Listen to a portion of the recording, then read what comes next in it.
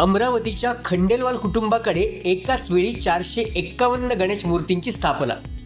ऐकून अचंबित व्हाल, पण हे अगदी खरं आहे। खंडेलवाल कुटुंबाचा 11 गणपतींपासून सुरू झालेला हा प्रवास 451 गणपतीपर्यंत येऊन ठेपलाय।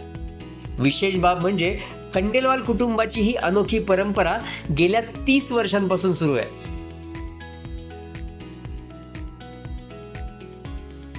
या ठिकाणी विविध प्रकारच्या 8 थीम आणि 20 पेक्षा अधिक देशातील वेगवेगळे गणपती तुम्हाला पाहायला मिळतील। याच कारणास्तव खंडेलवाल यांच्या घरातील गणपतींनी अमरावतीकरांसह सर्वांचं लक्ष वेधून घेतलंय।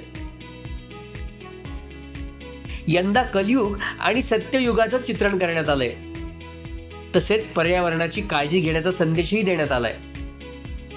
लोकांमध्ये जनजागृती व्हावी यासाठी खंडेलवाल कुटुंबाकडून देखावा पाहण्याचं आवाहन देखील करण्यात आलंय।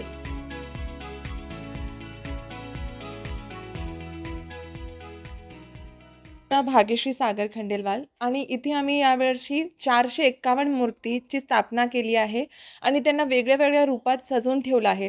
लहान बाळपणापासून गणपतीच्या तर वयस्कर शेतकरी गणपती हे सगळे इथे साजरा करण्यात आले। प्रत्येक ठिकाणी तुम्ही पाहणार की ही वेगळी थीम दिली। तब्बल 8 थीम आहे आमच्या। ऑलिम्पिक्सची आहे, ग्रामीण भागाची आहे, शहराची आहे, विठ्ठल रुक्मिणीची थीम आहे, चांदची जी कहाणी आहे, चंद्राला श्राप कसा दिला गणेशजींनी, ही कथा सुद्धा आम्ही दाखवली। आणि हंसावर, सरस्वतीच्या वाहनावर आम्ही गणपतीचा यावेळेस मूर्ति को स्थापना की है हमने। याला समोरास झाले 30 वर्ष। हे माझ्या सासूबाईंनी 11 मूर्त्यापासून संग्रह सुरू केला होता। तो हळूहळू लोक येणं जाणं सुरू झालं लोकांना खूप रुची वाटायला लागली।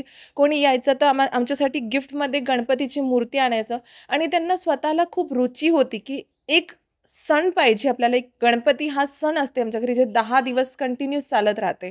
तर हे पूर्ण 10 दिवस आम्ही पूर्ण गणेशमय वातावरण असते घरात। प्रसाद, भजन, कीर्तन हे सगळं करून आम्ही साजरा करतो। अमरावतीकरांना आम्ही हे आवाहन करणार की इथे या, मूर्त्या पहा, गणेशजीचं सजावट पहा आणि ही सगळं जे आम्ही प्रयत्न करतो हे जागृतीसाठी करतो की लोकांना माहीत पडलं पाहिजे की देशात काय काय होऊ लागलं। आता जी घटना झाली तीही आम्ही दाखवायचा प्रयत्न केलाय। ग्रामीण आणि शहराची जीवनाची कल्पना आम्ही दाखवलेली आहे। तर या, दर्शन करा, प्रसाद घ्या आणि आम्हालाही चांगलं वाटेल जर सगळे इथे येतील तर। हम लोगों ने एक्चुअली 11 गणपति से शुरुआत की थी और आज धीरे धीरे बढ़ते बढ़ते 400 के आसपास गणपति हो गए। जो हमारे मित्र हैं वो भी हमको गणपति गिफ्ट में देते हैं और हम जहाँ भी जाते हैं वहाँ सबसे पहले देखते हैं कि गणपति क्या हमको अलग मिल रहा है।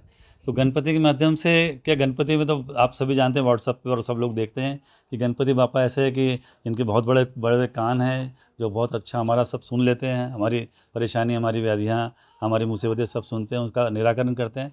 10 दिन में हमको इतनी खुशियाँ देके जाते हैं भगवान कि हर आदमी भगवान की तरफ एक आशा के रूप में देखता है भगवान को और बहुत अच्छे से उनका स्वागत होता है। और ऐसा लगता है कि 10 दिन बिल्कुल हमेशा अच्छी तरह से चलते रहे।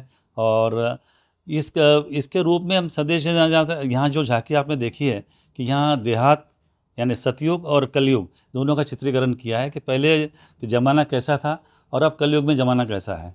तो पहले सतयुग में हम लोग बहुत कम, हमारे पास में सामग्री थी, बहुत कम हमारे पास फैसिलिटीज़ थी, लेकिन हम बहुत अच्छे से जीवन यापन करते थे। और अब कलयुग में इतना सब कुछ हमारे पास रहने के बावजूद हम लोग बहुत तरह से परेशान हैं। पॉल्यूशन से लगा के सारी चीज़ों का यहाँ चित्रीकरण किया है कि कैसे हम लोगों ने अपने आप के ही ज़िंदगी को, जीवन को तबाह कर दिया, थोड़ा सा विनाश की तरफ हम लोग अपने आप को ले जा रहे हैं। तो सलाह ये दी गई है या चित्रीकरण करके बताया गया है कि वापस उसी दौर में फिर से चलना चाहिए और जितना हो सके हमने पर्यावरण का ख्याल रखना चाहिए ताकि आने वाली पीढ़ियों के लिए हम कुछ करके जाएं। धन्यवाद। खंडेलवाल दाम्पत्याची ही अनोखी गणेश भक्ती सध्या चर्चेत आहे। तुम्हाला याबद्दल काय वाटलं आम्हाला कमेंट करून नक्की सांगा।